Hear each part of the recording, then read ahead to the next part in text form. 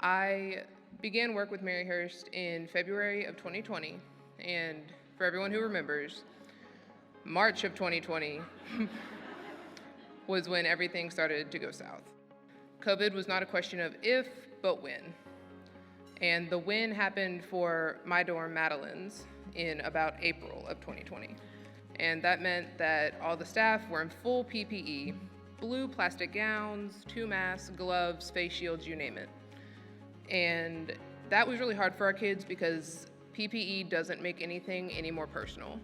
It makes you feel distanced, you can't hug the kids, you can't interact with them like you normally do. And as someone who grew up with foster parents and someone who now works in this line of work, I can say that one of the most important things our girls need, not to only survive, but to thrive, is human connection.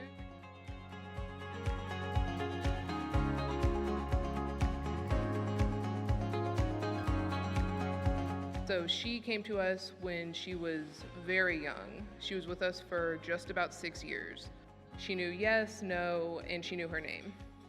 But getting her to speak was not really an option. She would just kind of point to what she wanted, and so we had to start very small.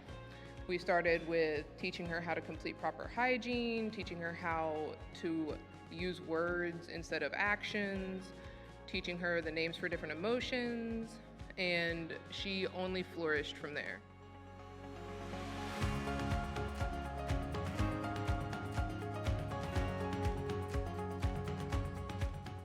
One of my favorite memories from that time was she colored every staff a picture on her last day. And she came up, she gave me mine, and she said, "You keep it forever?" And I told her I would, and I certainly have. That is a picture that I keep hanging on my fridge at home to remind me of, even though everything was so tough for so long, our girls are still pulling through.